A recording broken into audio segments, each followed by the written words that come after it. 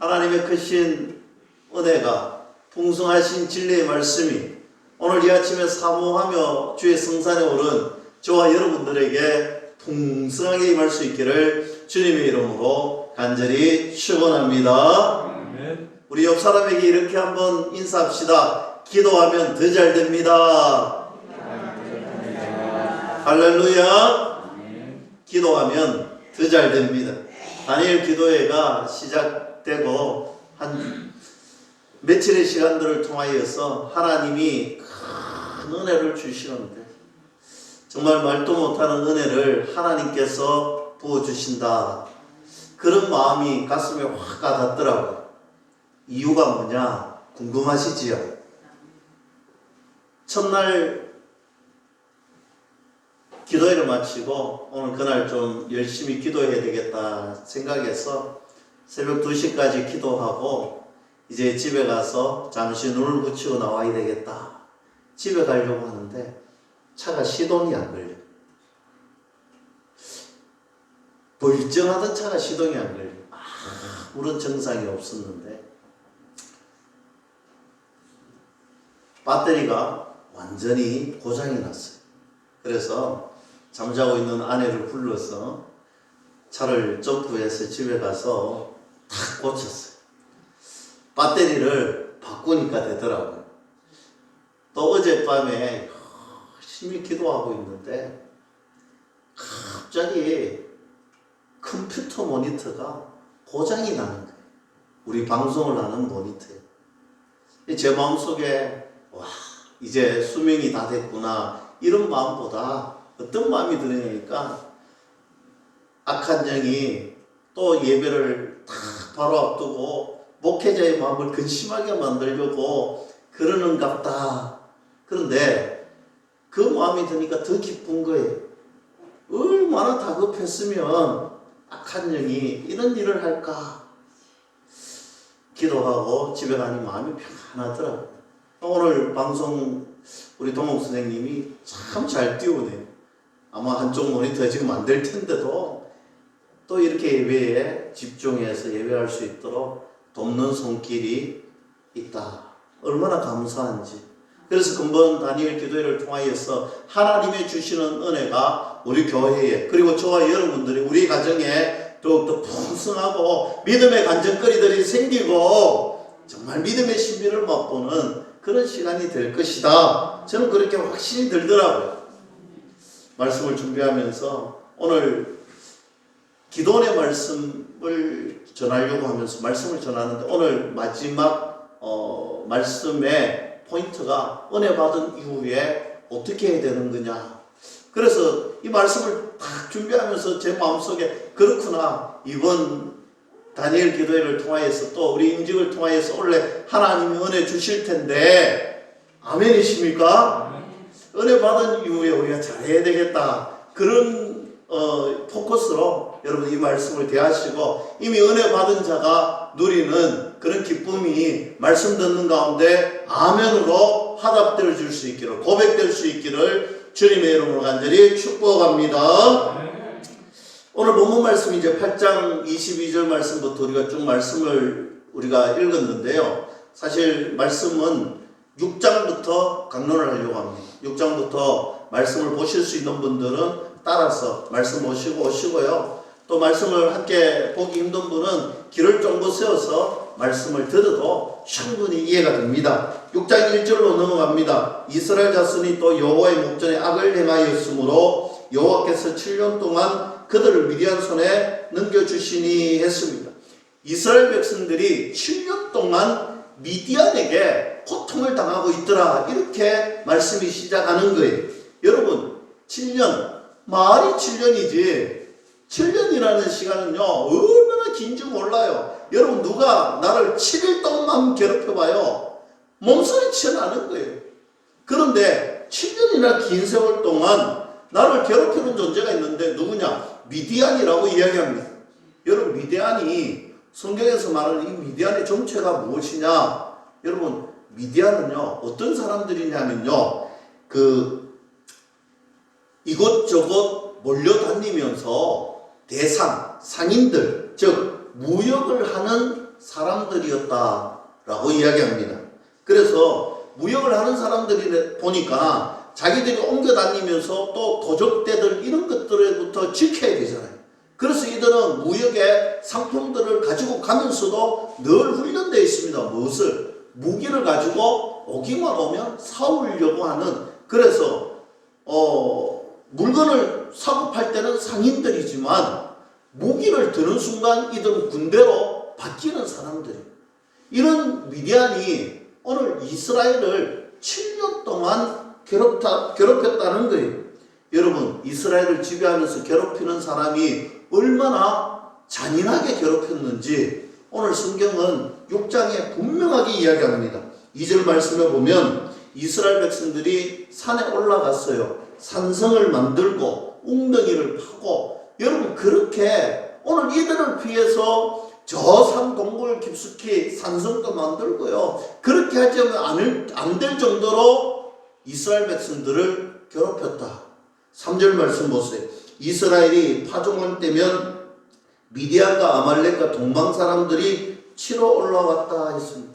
여러분 파종할 때 잘 아시지요? 곡식을 심을 때. 여러분 보통 곡식 심을 때 종자 씨앗은요 웬만해서 아무리 적군이라도 건들지 않습니다. 그거 건들면요 말살당하잖아요. 먹을 것이 없어 굶어 죽잖아요. 그런데 얼마나 미디안들이 악독하게 괴롭혔냐면요 7년 동안 괴롭혔는데 종자 씨앗 파종할 때 올라와서 괴롭히더라는 거예요. 이것은요 어떤 전제가 있느냐면요 추수할 때가 되면요 당연히 올라와서 빼들어가는 거예요. 오늘 뭔가 생기면 보기만 보면 빼들어가는데 심지어 종자 씨앗 파종할 때 곡식을 심으려고 하는 것조차도 빼들어가더라는 것입니다. 삭슬해 갑니다. 그리고 4절 말씀 보면 더 상세하게 기록되어 있는데 진을 치고 가사에 이르도록 토지 소산을 멸하며 이스라엘 가운데 먹을 것을 남겨두지 아니하며 양이나 소나 나귀도 남기지 않더라 했습니다. 얼마나 잔인합니까? 삭슬이 가는 거예요. 오늘 이렇게 얼마 동안? 7년 동안. 오늘 이스라엘 백성들을 7년 동안 괴롭히는데 완전 삭슬이, 종자 씨앗까지도 삭슬이 갈 정도로 괴롭혔습니다. 그러니까 6절에 이제 이스라엘 백성들이 6절에 오니까 하나님께 부르짖습니다. 저는 한번 생각해 봤어요. 아니 이스라엘 백성들이 얼마나 영적으로 둔감했으면 7년 동안 괴롭힘 당한 다음에 하나님을 찾는다라는 거예요. 제가 이거 보면서요. 우리도 영적으로 무뎌지면 이럴 수 있겠구나. 그래서 제가 기도하기를 하나님 저희는요 조금만 악한 것이 괴롭히면요 부르짖어야 되겠다.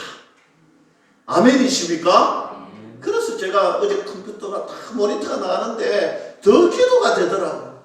하나님 아시지요? 기쁨이 막선 솟더라고요. 누가 괴롭히면요 참지 마시고 무뎌지지 마시고 거기에 순응하지 마시고 전능하신 하나님 앞에 와서 부르짖고 기도할 수 있는 저와 여러분들이 될 수 있기를 축복합니다. 그랬더니 부르짖었더니 하나님께서 이스라엘 백성들을 구원할 사사를 보내어 주십니다. 사사 기드온이 등장을 하지요. 사사 기드온이 등장을 하는데 그의 첫 번째 모습이 어떻게 했느냐? 기드온의 모습은 첫인상은요 참으로 찌질합니다. 치사하고 6장 11절 말씀에 보면 여호와의 사자가 아비에셀 사람 요아스에게 속한 오브라에 이르러 상수리 나무 아래에 앉으니 마침 요아스의 아들 기드온이 미디안 사람에게 알리지 아니하려 하며 밀을 포도주 틀에서 타작하더니 했습니다. 여러분 기드온에게 밀이 조금 있었던 것 같아요. 밀을 가지고 타작을 해서 먹을 것을 만들어야 되는데 여러분 타작은요 흔히 보이는 넓은 곳에 타작 마당에서 기계를 가지고 또 뭐 그런 것을 가지고 타작해야 되는데 오늘 기드온이요 그렇게 하지 않았다는 거예요. 좁은 포도주 틀 안에 오늘 성경이 그렇게 위대한 사람이 볼까봐, 빼앗길까봐 아무도 모르게 그 좁은 틀 안에서, 포도주 틀 안에서 혼자 숨어서 치사하게 오늘 손수 받고 있더라는 거예요. 누가 달라고 할까봐 몰래 숨어서 자기만 먹고 살려는 심정으로 오늘 포도주 틀에서 타작하고 있는 모습, 여러분 참으로 치사한 모습이 첫인상입니다. 기도원이 우리에게 보여줬던 첫인상은 참으로 치사하기 이를 데가 없습니다. 그런데 이렇게 치사한 기도원을 향하여서 하나님께서 무엇이라고 말씀하시느냐? 오늘 12절 말씀 봅니다. 여호와의 사자가 기도원에게 나타나 이르되 큰 용사 여호와께서 너와 함께 계시도다 했습니다. 여러분 뭐라고 부릅니까? 치사한 사람이라고 불러야 되는데 성경은요 큰 용사라고 부르는 거예요. 여러분 이 큰 용사라고 부르는 데는 제가 성경을 보면서 탁 치는 가슴에 떠오른 말이 있더라고.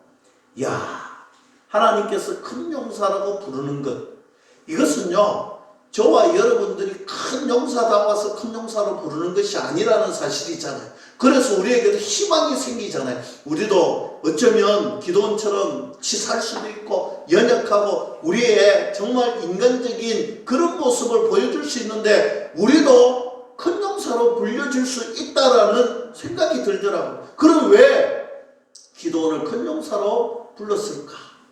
큰 용사로 부른 다음에 이어서 하는 말이 있습니다. 여호와 하나님께서 함께 계심으로. 여러분 여호와 하나님께서 함께 계심으로, 하나님께서 함께 계심으로 기도는 큰 용사라고 칭함을 받았다라는 것입니다. 저는 여기에 대해서 이런 생각을 해봤습니다. 세상이 나에 대해서 이야기할 때 나의 정의는 어쩌면 치사할 수도 있고 찌질할 수도 있습니다. 굉장히 연약하고 부족한 투성일 수도 있습니다. 그러나 여러분 세상이 여러분들을 정의하게 두지 마세요. 내가 내 자신을 정의하게 두지 마세요. 오늘 이 기도원의 말씀을 시작하면서 저에게 주시는 말씀이 그거였습니다. 오늘 하나님께서 너희를 정의해 주실 것이다. 할렐루야. 하나님이 우리를 큰 용사라고 불러주시면 우리는 큰 용사가 되는 거예요. 세상이 나를 치사하다고 찌질하다고 이야기할지라도 하나님이 나에게 큰 용사다 하면 나는 큰 용사이다는 사실을 믿을 수 있기를 축복합니다. 미국의 심리학자들이 이야기를 하기를 세상에 사람들 중에 95%가 열등감을 가지고 살아간답니다. 여러분 우리가 열등감이 있어도 너무 걱정하지 마세요. 오늘 심리학자들이 이야기하는데 95%의 사람은 열등감을 가지고 살아간다는 것입니다. 통계적으로 왜 그렇게 살아가느냐 했더니 잘못된 가치관이 그렇게 만들더라는 거예요. 오늘 돈, 명예, 지식 이런 것들을 비교하는 거예요. 이런 것들을 비교하며 살아가다 보니 95%의 사람들은 열등감을 가지고 살아간다는 거예요. 저는 이 이야기를 들으면서 그렇구나. 세상의 잣대는 세상의 기준은 저일 수 있구나. 그러나 하나님께서 저와 여러분들을 정의해 주시고 하나님께서 우리 믿음의 사람들을 정의하실 때는 다르다는 거예요. 여러분 이렇게 한번 고백합시다. 나는 존귀하다. 자신이 없으신 것 같아요. 나는 존귀하다. 우리 옆 사람에게 이렇게 한번 존귀의 눈을 남. 당신은 존귀한 사람입니다. 여러분, 우리는요 존귀한 사람이 맞습니다. 우리는 정말 존귀한 사람들이 맞습니다. 왜냐하면 에베소서 2장 10절 말씀에 우리는 그가 만드신 바라. 우리는 그가 만드신 바라. 이것을요 헬라어로 직역하면요 포이에마인데 글자품이다. 할렐루야. 여러분 하나님께서 저와 여러분들을 하나님이 만드신 걸작품이라고 말씀하고 있는 거예요. 세상은 우리를 어떻게 정의를 내리고 세상은 우리를 어떻게 말할 수 있을지 모르지만 믿음을 선물로 받은 저와 여러분들 하나님이 만드신 믿음의 걸작품인 줄로 믿을 수 있기를 축복합니다. 피카소 그림에 대한 이야기를 한번 나눈 적이 있잖아요. 피카소의 그림은요, 아주 멋진 그림도 있지만, 야, 저 그림은요, 낙서에 있는 것, 어린아이가 낙서에 있는 것 같은 그림도 있어요. 그런데 그 그림이요, 피카소라는 이름, 소명이 들어가, 사인이 들어가 있으면요, 그 금액은요, 말로 할 수 없는 엄청난 금액의 고가품으로 변하는 거예요. 마치 피카소의 사인이 있는 것이 최고의 걸작품으로 인정받듯이 저는 분명하게 믿습니다. 하나님께서 믿음을 선물로 준 저와 여러분들은 하나님의 보혈의 사인이 들어있습니다. 하나님께서 저와 여러분들을 믿음의 걸작품이라고 인정해 주시는 마크가 있다는 사실입니다. 그래서 나는 내 인생은 존귀한 인생일 수밖에 없고 내 삶은 믿음의 주인공으로 살아가는 걸작품일 수밖에 없다는 사실을 믿을 수 있기를 주님의 이름으로 간절히 축원합니다. 고린도전서 1장 2절에 보면 그리스도 예수 안에서 거룩하여진 성도라고 불리지는 사람들이 있습니다. 여러분 누차 강조하지만요, 고린도 교회의 성도들은요, 문제가 많았습니다. 참으로 문제가 많았습니다. 이유는요, 고린도라는 도시가 이 상업 지역, 사람들이 모이는 지역, 그리고 문명이 발달하고 또 이 돈이 많고 물질이 많고 사람들이 많으니까요, 향락 문화 뭐 이런 것들이 엄청나게 많은데 얼마나 많았냐면요, 아프로데이테 여신상이 있고 이 여신상 안에 여러분 지난번 말씀드렸다시피 창기가 1000명이나 되었다. 음란의 도시가 고린도 도시였습니다. 음란의 상징, 술에 쩔어 사는 도시, 오늘 타락의 도시 하면 고린도 도시였습니다. 그래서 심지어 이런 말이 있습니다. 고린티아 제스타이, 가늠하다는 거예요. 오늘 고린도라는 이 도시명이 붙으면, 오늘 단어 중에 고린도라는 도시의 단어가 붙으면 거기는요, 타락이고 음란이고 온전히 나쁜 대명사로 불려집니다. 그런 교회에 오늘 이런 정말 좋지 못한 문제들의 모든 것을 종합 선물 세트처럼 가지고 있는 교회가 고린도 교회였습니다. 그런 성도들을 향하여서 하나님께서 무엇이라고 불러주시냐? 그리스도 예수 안에서 거룩하여진 성도라고 불려지고 있습니다. 무슨 말입니까? 아무리 힘들고 어렵고 타락하고 아무리 그런 죄가 금을지라도 그리스도 예수 보혈의 능력은 그 모든 것을 덮을 수 있는 능력이 있다. 은혜가 있다. 이걸 믿을 수 있기를 축복합니다. 그래서 예수의 피로 깨끗하여졌기 때문에 거룩한 성도라고 불려지는 것입니다. 여러분, 세상이 나를 정의할 때 나쁘게 이야기한다고, 세상 사람들이 나에게 수군수군한다고 여러분 너무 신경 쓰지 마세요. 걱정하지도 마세요. 여러분, 하나님께서는 여러분들을 부르시고 나의 거룩한 성도, 나의 거룩한 자녀, 내가 만든 믿음의 걸작품이라고 분명히 말씀해 주실 줄로 믿을 수 있기를 주님의 이름으로 간절히 축복합니다. 그래서 우리는 거룩한 무리다, 성도다라고 할 수 있는 것입니다. 기도를 이제 하나님께서 사사로 불러주셨어요. 너무 좋아서 오늘 부름받았는데 여호와의 사자가 오늘 기도를 통하여서 많은 것을 대접받습니다. 그날 밤에 대접받고 난 다음에 무엇을 시행하는데 무엇이냐? 오늘 그 지역에 수호신이었던 바알과 아세라상이 사실 기도원 집에 있었어요. 오늘 이 기도원 집에 바알과 아세라 신상이 있었는데 기도원이 바알의 번제단을 부숴버립니다. 아세라 목상을 부숴버립니다. 그리고 여호와께 번제를 드립니다. 아침이 됩니다. 사람들이요, 오늘 바알 신상 앞에 오늘 제사를 지내러 오늘 왔습니다. 그런데 다 부서져 있는 거예요. 화가 납니다. 그래서 수소문을 합니다. 분노하며 수소문하는 장면이 6장 30절인데 성읍 사람들이 요아스에게 이르되 너희 아들을 끌어내라. 그는 당연히 죽을지니 이는 바알의 제단을 파괴하고 그 곁에 아세라를 찍었음이니라 했습니다. 여러분, 이게 지금 이방의 나라에서 있었던 이야기가 아니에요. 오늘 이 이야기는요, 이스라엘 안에서 이루어졌던 이야기입니다.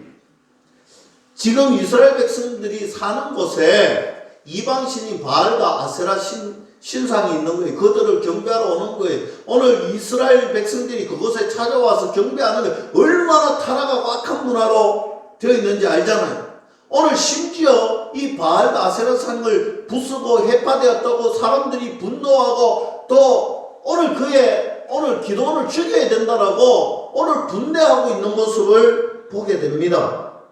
여러분, 오늘 이 장면을 왜 굳이 이렇게 말씀하고 있을까요?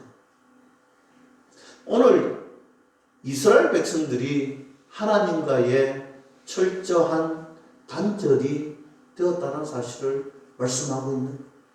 여러분, 오늘 이스라엘 백성들이 하나님과의 교제가 깨어져 버렸습니다. 하나님과의 관계가 깨어져 버렸기 때문에 오늘 모든 문제의 원인이 여기에 있다는 거예요.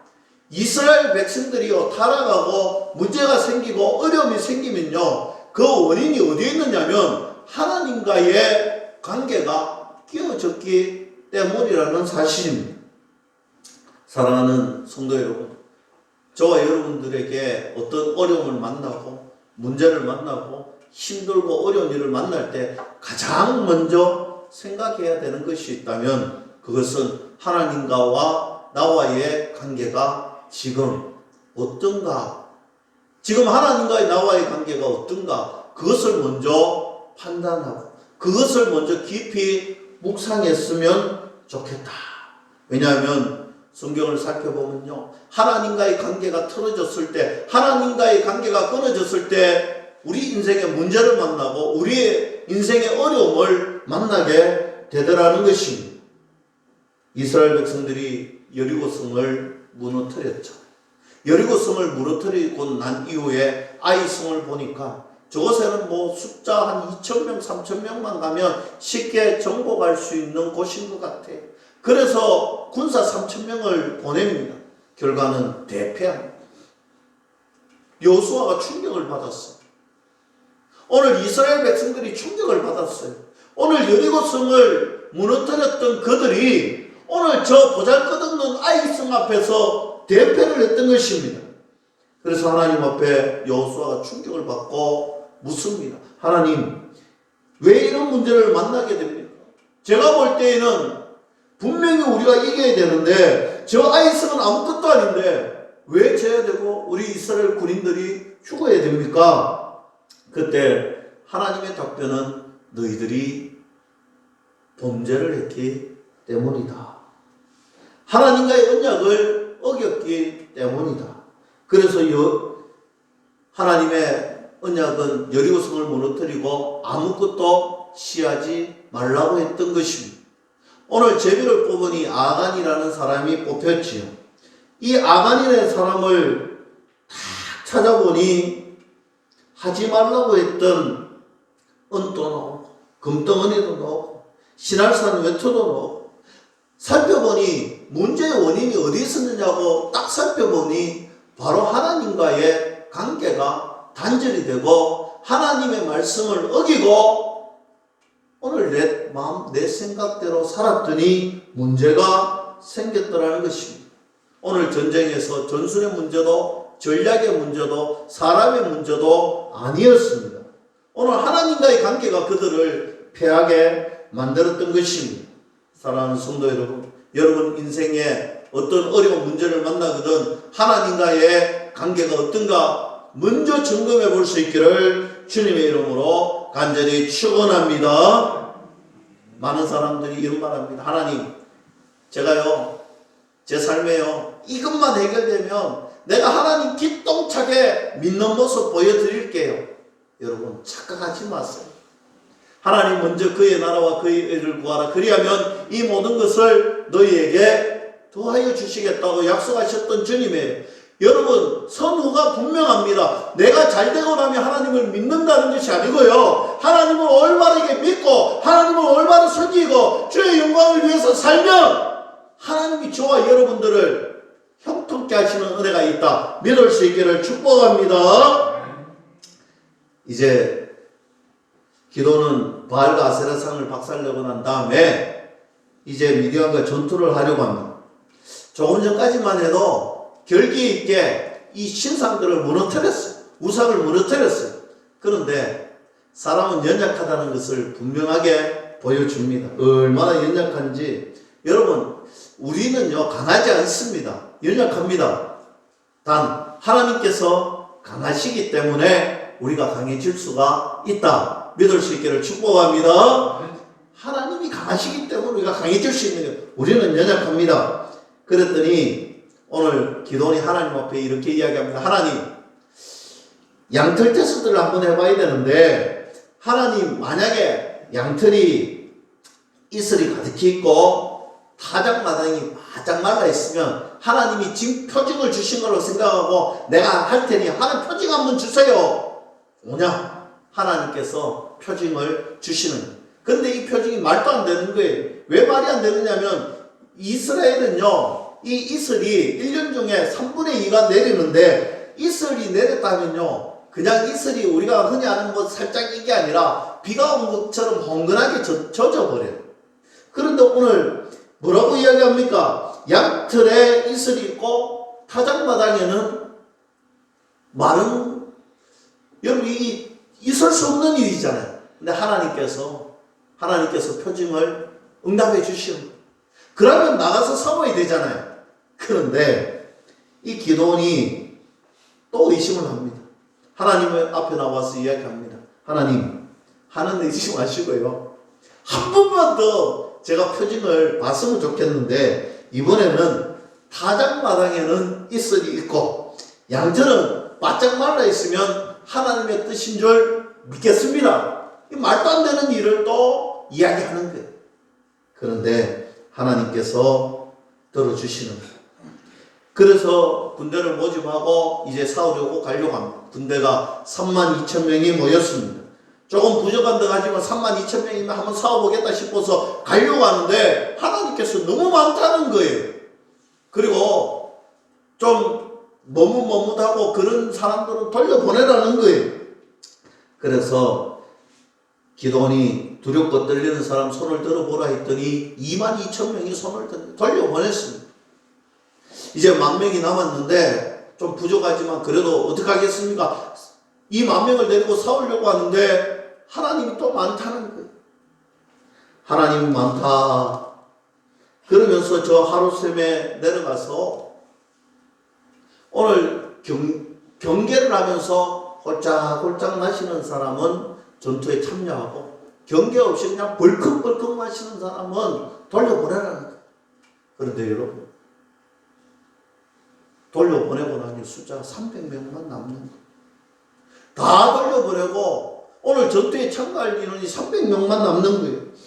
오늘 사사기 7장 7절입니다. 여호와께서 기도원에게 이르시되 내가 이 물을 핥아 먹은 300명으로 너희를 구원하며 미디안을 내 손에 넘겨주리니 남은 백성은 각각 자기의 처소로 돌아갈 것이다. 300명 데리고 전쟁하라는 거예요. 사실 이 말은요, 전투하면 불가능한 숫자에 도저히 이길 수 없는 숫자입니다. 나가면 죽습니다. 그러나 하나님께서 전투에는 300명만 참가하라는 거예요. 여러분, 이것은요, 한 가지입니다. 네가 말하는 것, 전투에 숫자가 많고 전투에 무기가 좋고 전투에 능력이 나타나고 전술 전략이 좋으면 이길 것 같지? 아니라는 거예요. 전쟁은 여호와께 속한 것이다. 전쟁은 나한테 속한 것인데 내만 믿으면 된다. 이걸 가르쳐 주는 거예요. 여러분,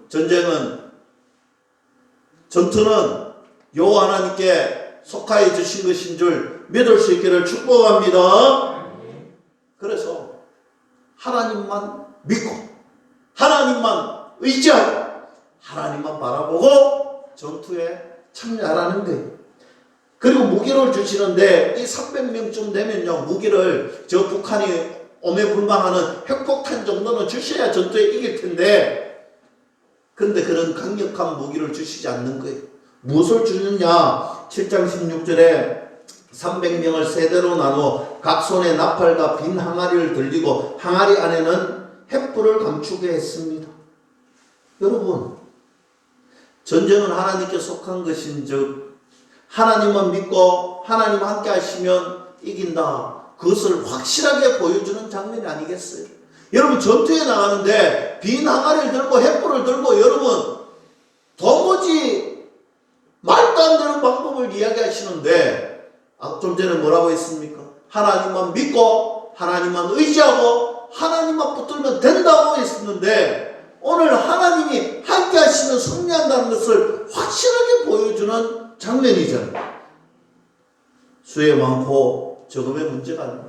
무기에 강하고 약함의 문제가 아닙니다. 하나님이 함께 하시면 이기리라. 우리의 삶도 마찬가지입니다.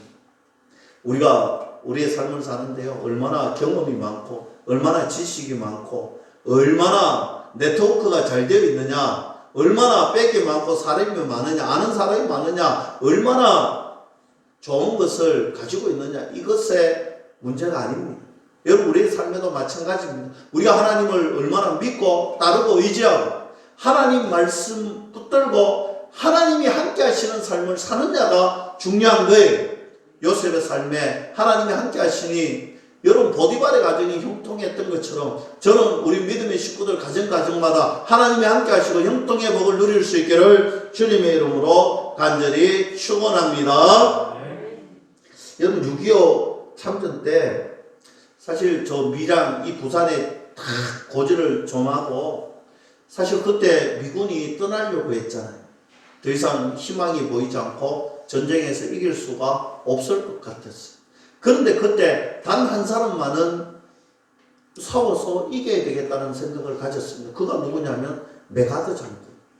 이 메가드 장군은요, 얼마나 신앙심이 두툼했느냐면요, 매일 전투 속에서도 하루에 한 장은 꼭 성경 말씀을 읽고 하나님께 기도했습니다. 그래서 세상 그 많은 참모들 또 많은 사람들이 반대하고 하지 말라는 작전을 개시합니다. 바로 인천 상륙작전이에요. 이 인천 상륙작전은요, 5,000분의 1, 즉 이길 수 없는 것이고 하면 안 되는 거였습니다. 그런데 메가드는 하나님 앞에 기도합니다. 오늘 그 인천 상륙작전에 그 함선을 타고 가면서 기도합니다. 하나님이 함께 하시면 된다라는 거예요. 그리고 인천 상륙작전을 무사히 성공시키고 그가 남긴 한마디의 말이 있습니다. 하나님의 은혜였습니다. 하나님의 은혜였습니다. 그가 1950년 9월에 서울의 수복한 기념으로 연설을 합니다. 그의 연설의 제목입니다. 하나님의 은총을 입어 우리 부대는 한국의 옛 서울을 해방시켰습니다. 이 거리는 잔악무도한 공산주의 압제에서 해방되었으며 시민들은 다시 자유와 인권과 인간의 존엄을 누리게 되었습니다. 이 결정적인 승리를 우리에게 되찾게 해주신 전능하신 하나님께 감사를 드립니다.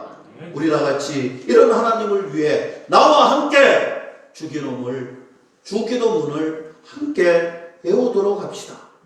그 앞에 있었던 사람들이 일제히 일어나서 주기도문을 외우기 시작합니다. 대개 나라와 근세와 영광이 하나님께 있도다. 할렐루야. 여러분, 전투의 승리 하나님께 달려있습니다. 하나님께 달려있습니다. 하나님이 함께 하시면 승리합니다. 믿을 수 있기를 축복합니다. 겉으로 은혜 입고 난 다음에 그럼 어떻게 해야 됩니까? 기도는요, 사사기 8장 22절 말씀에 그때에 이스라엘 사람들이 기도원에게 이르되 당신은 우리를 미디안의 손에서 구원하셨으니 당신과 당신의 아들과 당신의 손자가 우리를 다스리소서 했습니다. 사람들이 와서 이야기합니다. 당신이 왕이 되고 당신 아들들이 계속해서 왕권에 둬서 우리를 다스리달라고 이야기했을 때에 기도원이 이렇게 이야기합니다. 23장 하반절에 여호와께서 너희를 다스리리라 할렐루야. 사실 이 말씀이 너무 멋지잖아요. 본심이 이랬으면 얼마나 좋았을까요? 그러나 기도원의 본심은 그러지 않았습니다. 속이 시커맸습니다.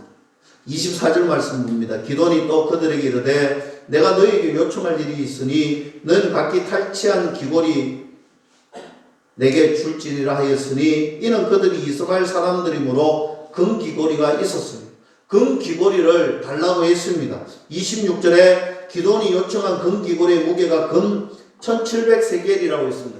제가 조금 이해가 되도록 이야기하겠습니다. 금이 17kg이나 거두었습니다. 엄청나죠? 17kg. 이건 가지고 뭐 했느냐? 27절에 기도원이 그 금으로 에봇 하나를 만들어 자기의 성읍 오보라에 두었더라.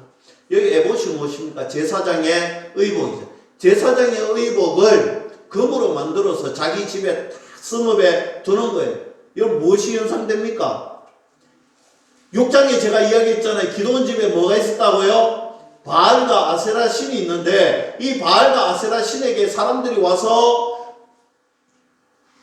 돈을 주고 복을 받기를 원했잖아요. 이 예습관을 잊어버리지 못하고 오늘 기도원이 은혜 받고 난 다음에 오늘 다시 옛습관을 잊어버리지 못하고 옛사람으로 돌아가더라는 거예요. 오늘 제사장이 아니잖아요, 기도원은. 그런데 에봇을 만들고 금 에봇을 거기에 걸어놓고 사람들이 와서 거기에 문상하고 사람들이 거기에 와서 돈을 내고 오늘 그런 모습으로 옛습관으로 돌아가더라는 것입니다. 기도원의 꼼수잖아요. 8장 30절 보세요. 기도원의 아내가 많음으로 그의 몸에서 난 아들이 70명이에요. 70명의 아들. 얼마나 많은 돈을, 에봇 하나를 걸어놓고 얼마나 많은 돈을 거두었는지 알 수 있잖아요. 31절 말씀에 세겜에 있는 그의 족도 아들을 낳았으므로 그 이름을 아비멜렉이라 했어요. 이스라엘 백성들이 기도원에게 와서 당신이 우리 왕이 되어달라고 했을 때 하나님이 왕이라고 했던 그의 고백이 얼마나 무색하게 만드느냐면요. 여러분 이제 웃지 마십시오. 웃으시면 안 됩니다. 이 아비멜렉이라는 뜻은 너희 아버지는 왕이다. 이름의 뜻이거든요. 너희 아버지는 왕이다. 오늘 자기 아들의 이름을 너희 아버지는 왕이다. 지가 왕이 돼요. 여러분 얼마나 기도원이 은혜 받은 다음에 타락했는지 몰라요. 은혜를 받았습니다. 어떤 문제가 있어서 하나님 앞에 나와서 부르짖고 기도의 응답을 받았습니다. 하나님 문제를 해결해 주십시오. 그 해결을 받았습니다. 그리고 난 다음이 중요한 거예요. 은혜 받고 난 다음이 중요한 거예요. 은혜 받고 난 다음에 하나님 잊어버리고 돈벌이의 혈안이 되고 하나님 잊어버리고 건강 찾고는 놀러 가는데 정신을 못 차리고 하나님 앞에 문제를 만나고 자녀 문제가 해결됐는데 그 자녀의 문제 해결되고 나니 말짱 은혜는 잊어버리고 그럼 그렇게 살면 안 된다는 거예요. 35절 말씀에 또 여룻바알이라는 기도원이 이스라엘에 베푼 모든 은혜를 따라 그의 집을 후대하지도 아니하였더라. 한마디로 이제 이 집안은 꽝이다. 끝장났다. 철저하게 망가졌다. 여러분 스스로 왕이 되고 살아가는 사람은요 결국 망할 수밖에 없습니다. 내가 왕이 되어가는 삶은 망할 수밖에 없습니다. 내가 주인 되어 살아가는 사람은 결국 망할 수밖에 없습니다. 은혜 받고 난 다음에도 여전히 나의 주인은 하나님이심을 고백할 수 있기를 축복합니다. 내 인생에 하나님을 왕으로 모시고 사는 삶이 될 수 있기를 축복합니다. 말씀을 맺습니다. 우리 예수님 골고다 십자가에 성부 하나님의 뜻을 받들어 그 길 올라가자. 여러분 땀방울이 핏방울이 되도록 하나님 앞에 기도하고 성부 하나님 앞에 같은 하나님이지만 오늘 구속사역을 위해서 성부 하나님의 말씀 붙들고 그 말씀 끝까지 지키기 위해서 왔잖아요. 그리고 그의 마지막 고백이 뭡니까? 주여 내 뜻대로 하지 마시고 아버지의 뜻대로. 아버지의 뜻대로. 여러분, 이 고백이 저와 여러분들의 고백이 되어야 됩니다. 은혜 받은 이후에 아버지의 뜻을 이루어 드리고 주의 영광을 위해서 살아가는 저와 여러분들이 될 수 있기를 주님의 이름으로 간절히 축원합니다. 네. 기도하겠습니다. 하나님 아버지 감사합니다. 어려울 때나 평안할 때나 여전히 하나님과 동행하시고 나를 왕으로 삼는 그런 어리석은 사람이 아니라 여전히 하나님을 나의 왕으로 삼고 날마다 주님의 뜻을 구하고 순종하는 그런 믿음의 자녀들 되게 하여 주시옵소서. 예수님의 이름으로